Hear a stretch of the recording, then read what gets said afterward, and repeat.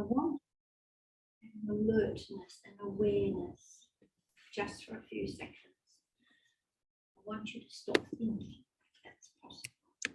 I want you to look around the room. You don't have to close your eyes. You don't have to sit up straight. It's about meditation. Just want you to look around the room, observe the paintings, observe the carpet, the lights, but no comment, no description of it going on in your head, no narrative, no mind keep thinking, just observe as if it's all new, it's all fresh. This is something that not many people are very comfortable with. They're not very comfortable with stillness and quietness because their mind is continuously racing all the time. We have a stream of thoughts continuously coming through our mind. I'm going to have to try and work out how to change the next slide as well. That's going to be a challenge, another challenge. This fella. This is what life can be like. We have constant challenges all the time, you feel like, okay? And of course, Krishnamurti talks about this, Dalai Lama talks about this, the stillness and nothingness, no self, right? Because your mind is constantly active and it's constantly pushing through a stream of thoughts. It's thought activity all the time, it doesn't stop. I mean, even when you wake up at 3:30 in the morning, oh my God, what's happened to my life? What am I going to do about this? What am I going to do about that? How to fight with the neighbour? How am I going to handle it? You know, it's stressing you out. It's the thoughts that are going on and on all the time. Okay.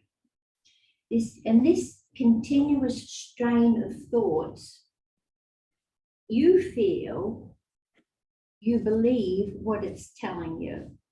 It's giving you an identity. It's giving you your ego, your personality. So as you go from day to day, these thoughts that keep coming into your head, he shouldn't talk to me like that, that shouldn't have happened, that could have happened, why didn't that happen? The car's broken down, oh no, now I've got more problems. I want this car, I don't want that sort of thing. You know, I need to be dressed like this, I need to look like this, I have a certain image to portray. So we're pushing in our mind that we are this ego, this egoic mind that has this personality, and we like to feed it. The thoughts keep feeding it all the time. It just goes on. I think that went too far. This is the sort of thoughts that we think, what's wrong? What's going on in my life? I'm always, the stream of thought. Now, this is not, thinking is what you're supposed to do, right? But thinking is a tool for when you're focusing on something, not when the thoughts just keep running randomly through your mind, not when they keep going through at 100 miles an hour. And usually 99.9% of those thoughts will be negative. They will be complaining. This shouldn't have happened, that should have happened. You know, I don't like the way I look. I don't like what he says. I don't, driving on the road, he beeped his horn. That's, you know, that's upset me.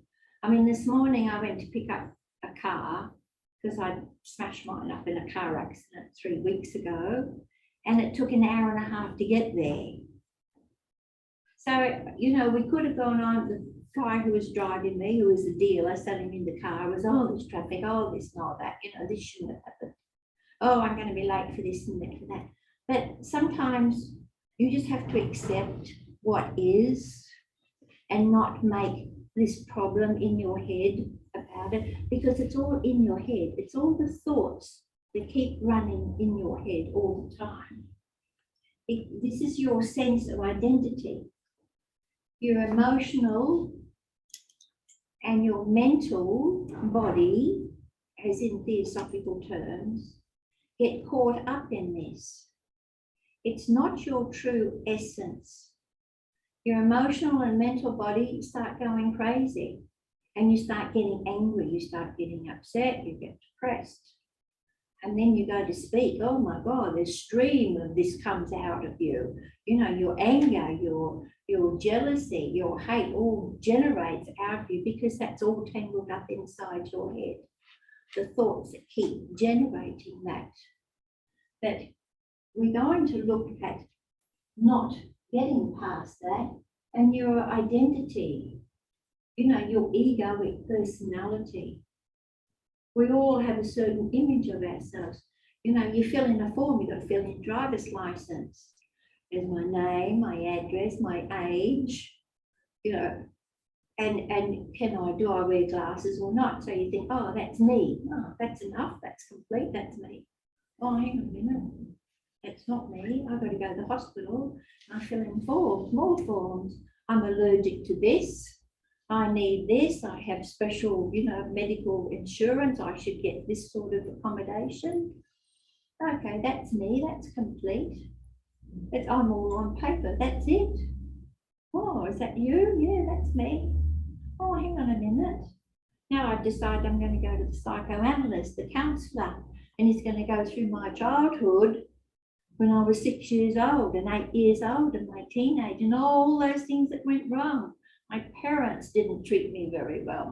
My mother was, you know, not balanced. My father was alcoholic. So all of this starts coming out and he writes it all down on the paper. Here you are, this is you. Oh, that's me. Oh, that's me. I've got that picture now. I got it. That's me. And then you decide, I'm going to write an autobiography. So you write all this down from your childhood, what happened, your teenagehood, your adulthood, your marriages, maybe failed marriages, the kids that don't talk to you, your parents that, you know, have passed and they didn't treat you very well. All this negative stuff comes up and you've written it all down in this autobiography. Oh, that's me. That's me. I'm complete now. I've got an autobiography. But 50 years later, you know, you're gone. Your body's dissolved. Your mental and emotional bodies have gone. But that autobiography is in the bookshop. And it's secondhand now, obviously selling for 20 cents or something. And there's some photos in it. Someone picks it up. Oh, here's some photos. Who's that? Nice photos. So where are you? Who are you? You're gone.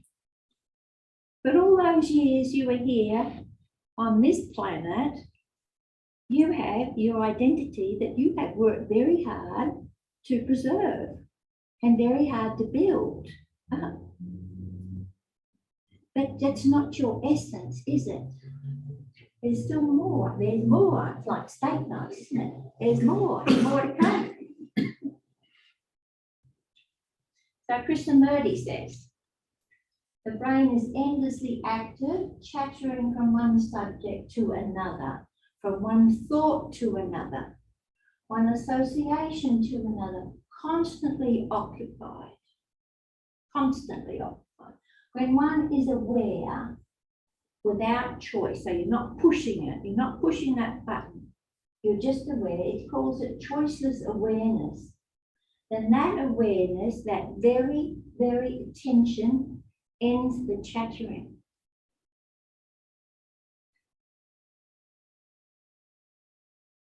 All the things that we worry about, all the things in our mind, our family, our future, what happened yesterday, had a fight with him yesterday, that didn't go very well 2 weeks ago. Oh, 10 years ago, did I tell you about that? What happened then? Oh my God, have I got a story to tell?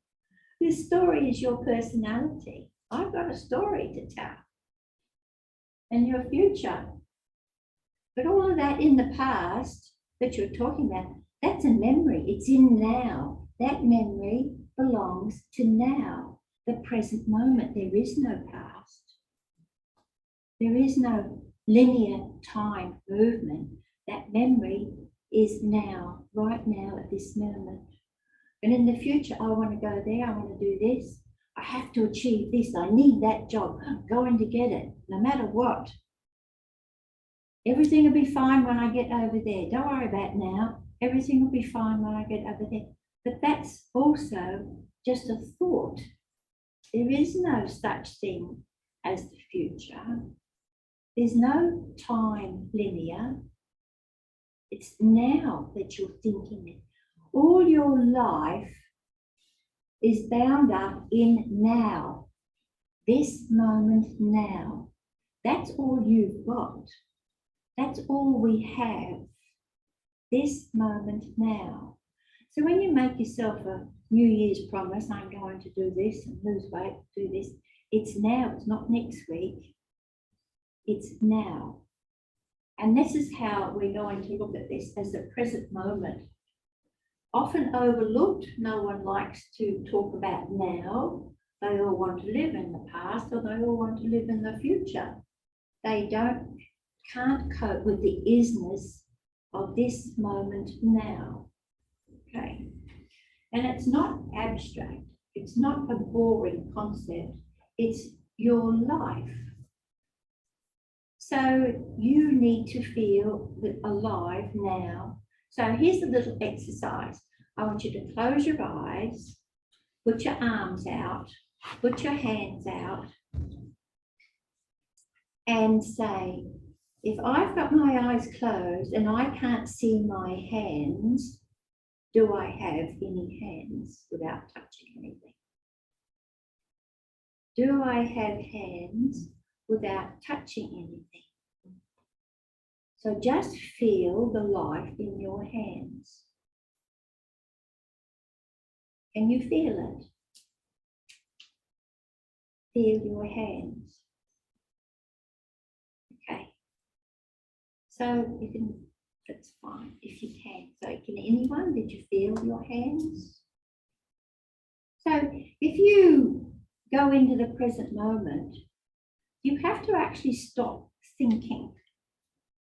So if you stop thinking, you're not going to disappear off the planet.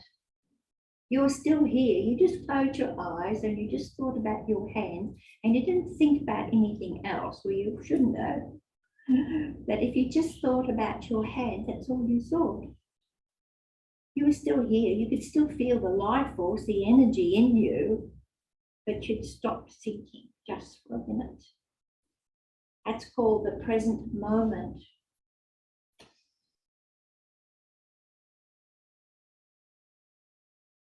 So your mind keeps chattering. So why is it chattering? So it talks about all the problems we're facing, all the challenges we're facing all the time. Constant. For our work, our kids. The kids are on drugs. The kids are driving the car too fast. The kids aren't coming home on time. The wife doesn't talk to me. The husband doesn't talk to me. My wife's cheating on me. My husband's cheating on me. You know, all these things keep coming back. Oh, I failed marriage. I failed my life. But it's all thoughts. Because I have to keep saying, you've only got now. All those thoughts, all the memories, all that future thought that you're bringing in, that is your personal history.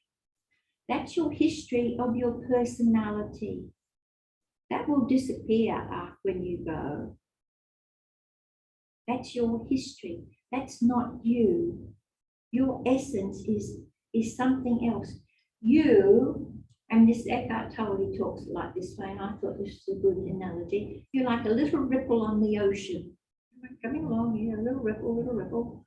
Oh, there's another ripple, there's another ripple. Oh, that ripple's bigger than me. Oh, he's a bit scary. That little ripple's very small. I might see if I can join up. Oh, and here's another ripple.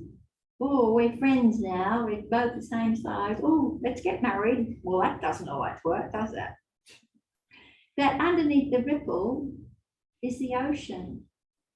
It's your essence. It's your depth. This is you. This is really you. So you need to find a present moment when you can just enter into you, your consciousness. That is really you, not the history, not the little ripple. You are the essence, the consciousness. So how are we going to do that? Let's have a look. What else someone else says. So as your thoughts are coming from your conditioned mind, this is all your relationships, your self-ego. You say, I think, but do you? Is it I who thinks? I mean, who is I? Because your thoughts, you're surrounded with thoughts. They're a vibration, they're an energy force, and they're coming into you. You're attracting things to you. So sometimes you can be, oh, I thought about that. But it wasn't your thought, it's come from the universal mind anyway. So who actually speaks? Is it from your little ripple, your conditioned mind? And your conditioned mind, you know, it's come from your childhood, it's come from your karma, your previous lives. It's come from your language even. Languages have different cultures. It's come from the way you've been brought up, come from the town you lived in. So your conditioned mind has there's a certain image of yourself.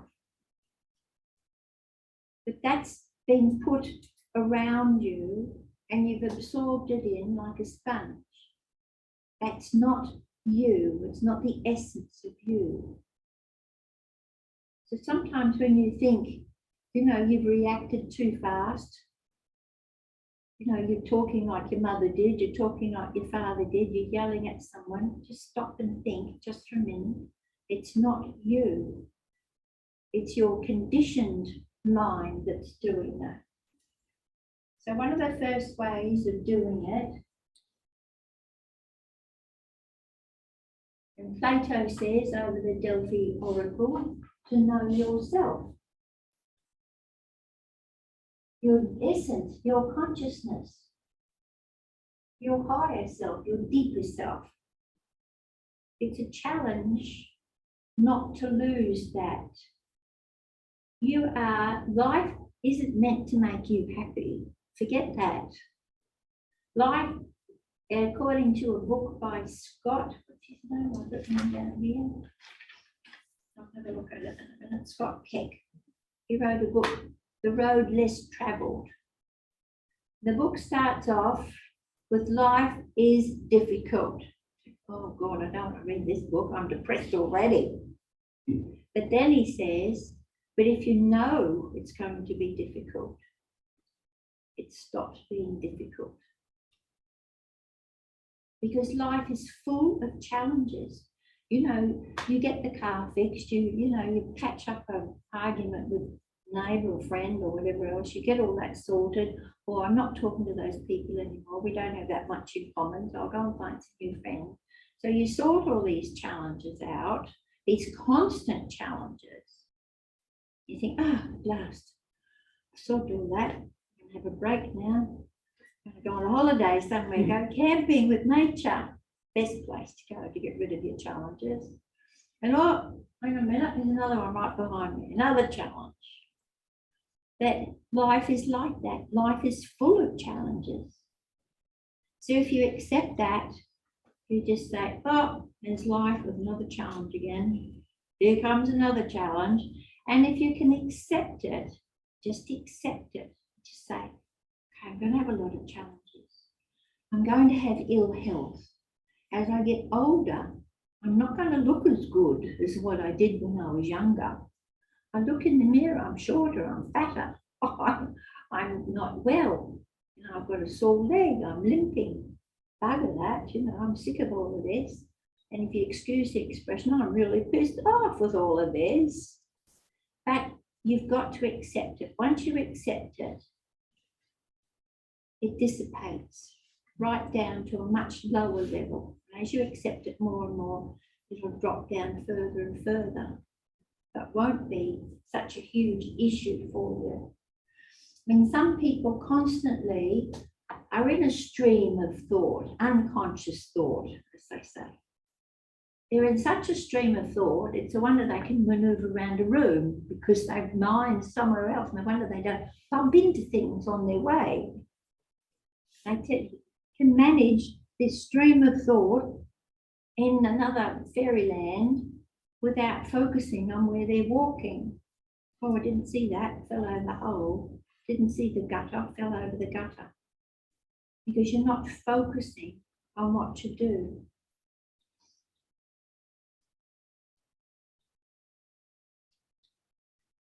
So the present moment, right. So one of the steps for a present moment is that first of all, just accept it. This is what it is. This is what it is. Then you acknowledge it. Okay, this is going to happen. This has happened. I'll acknowledge it now. And then you appreciate it. So if you're in a really bad spot, you know, you're in a town, you've got no money, it's snowing or something or other, and you've got no accommodation, and you're out in the street and you think, oh, God, what am I going to do now? So Eckhart Tolle says, you say, thanks God, I accept what I've got. You don't say, thanks God. No sarcasm. Thanks a heap. Say thanks, and you really mean it. And you never know, 1 minute later, you might get some accommodation somewhere. You might get into the hotel. Someone might give you accommodation, but accept what is.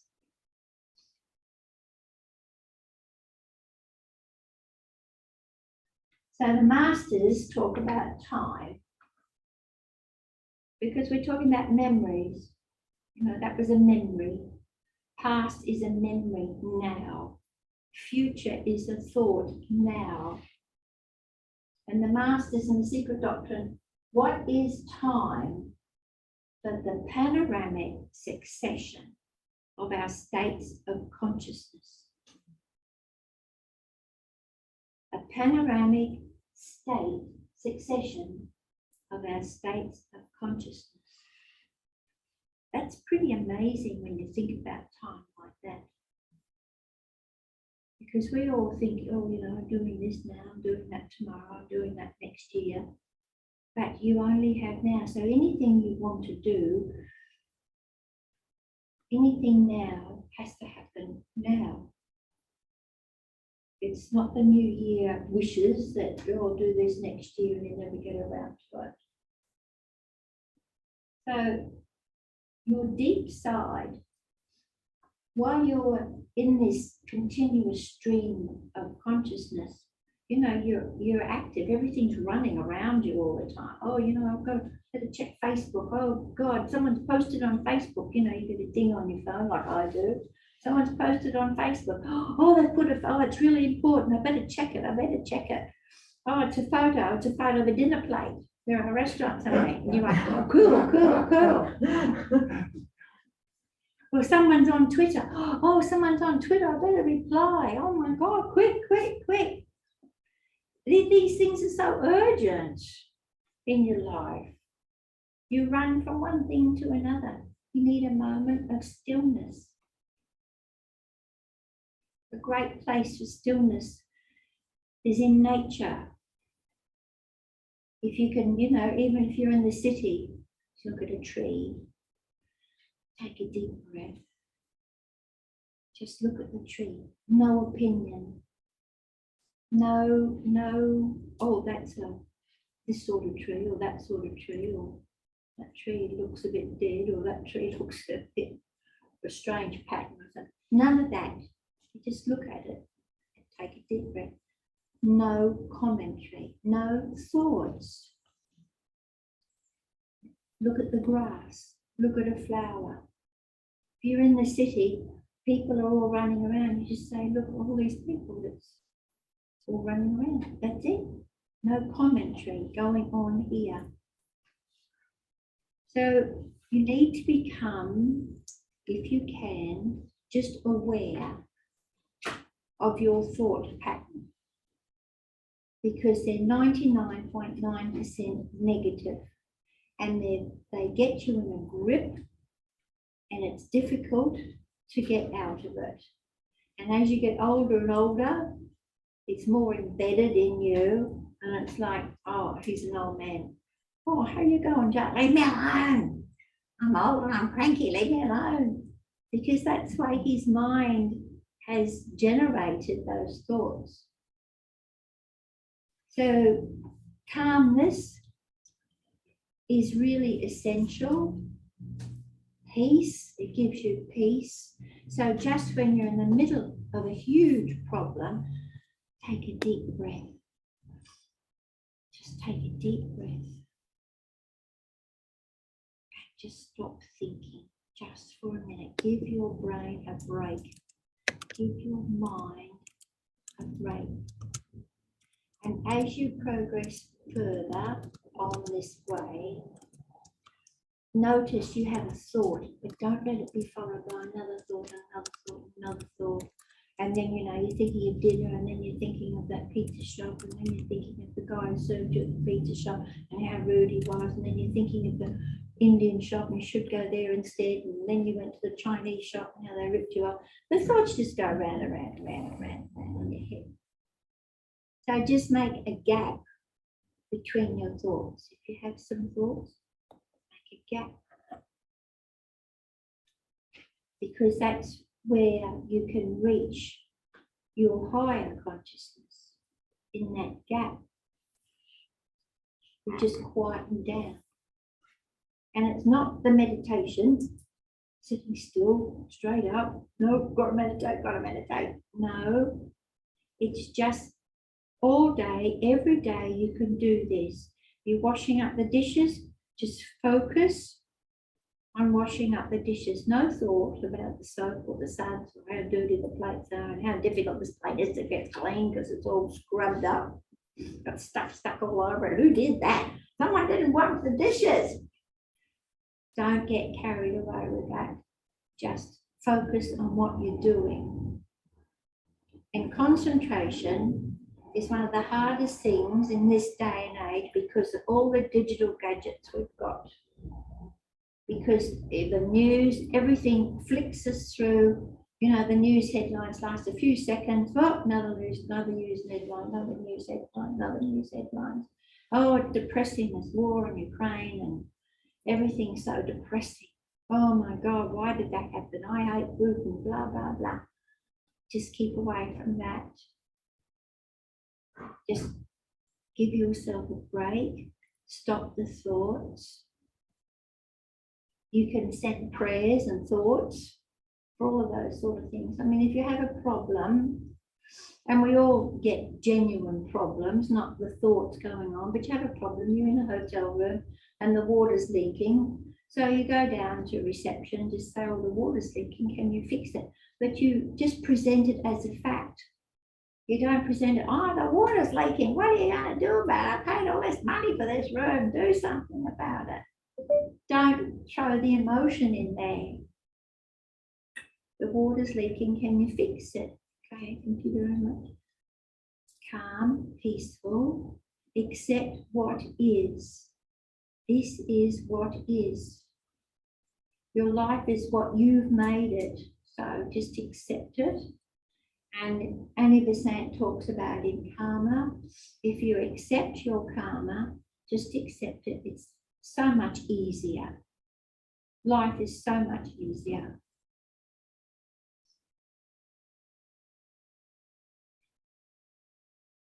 And there's our famous HPV in the Voice of the Silence. The mind is a slayer of the real. Let the disciple slay the slayer. Does everyone understand that? Yeah. So the mind, your thoughts, kill out your consciousness. They drown it out because you're constantly in your lower body, you're constantly in your emotional body, and you're not rising above it because that's all temporary. You know, the word is illusion, but I prefer temporary. It's only while you're here for this short space of time, like the sands of time. You're only here for a short time.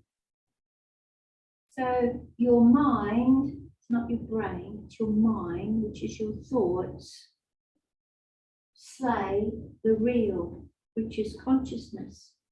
If you want to use the word God, the divine, whatever you want to use, Ishvara, lots of words you can use, but sometimes if you start using words like that, you know, you start to get a conceptual image.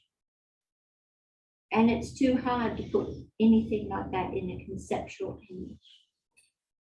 Let the disciple, that's you, that's all of us, slay the slayer. So let the disciple, all of us, the disciple is one who's trying to be on the spiritual path, slay the mind, which means to stop the thoughts. Because they take you over, they grip you, and it's hard to even get away from it. And it makes you angry, it makes you depressed, it makes you upset. All the challenges that keep coming at you, 99% of them are in your head. How your attitude has been towards what's happened. So if you can accept things in a more accepting way, one way to put it, gracious way, then the challenge disappears down, or dissipates down at least. Think, okay, had a smashed up car like I did 3 weeks ago, ran into a tree, lucky I still got out of the car. Think, right, what's the next step?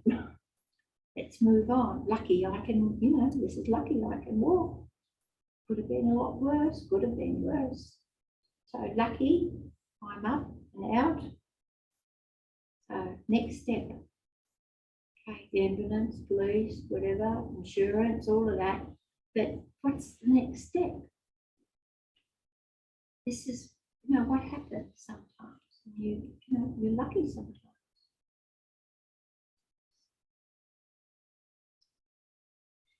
So Rama Maharishi, your hands can do the work, but your mind can remain still. You are that which never moves. But your consciousness, not your unconsciousness, it's your consciousness.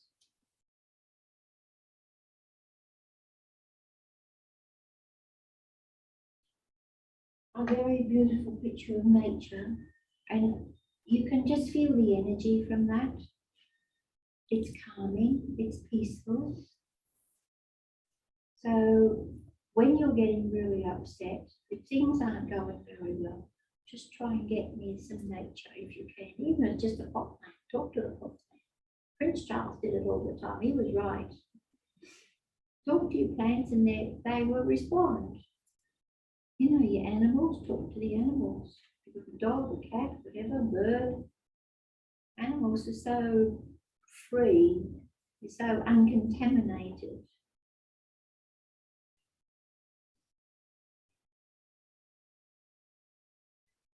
So your image that we have all the time, open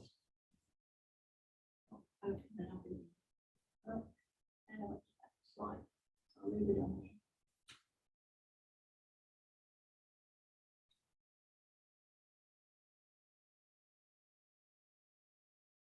I'm not sure how to get it large. Oh, it's in the bottom.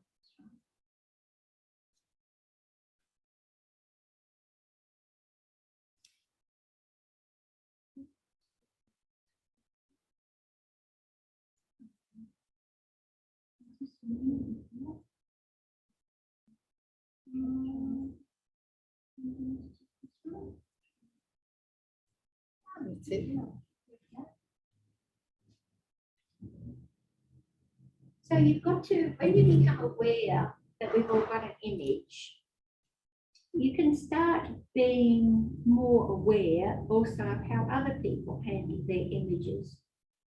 And that teaches you too, like there was a story about someone was telling me they were going for a walk at Sydney Harbour along the quay there. And it was a warm day, it wasn't a hot day, lots of people walking around, beautiful weather. And a young bloke there, as he's walking along, he takes his shirt off. He thinks, so the speaker about this story said, oh, he must have been feeling really hot that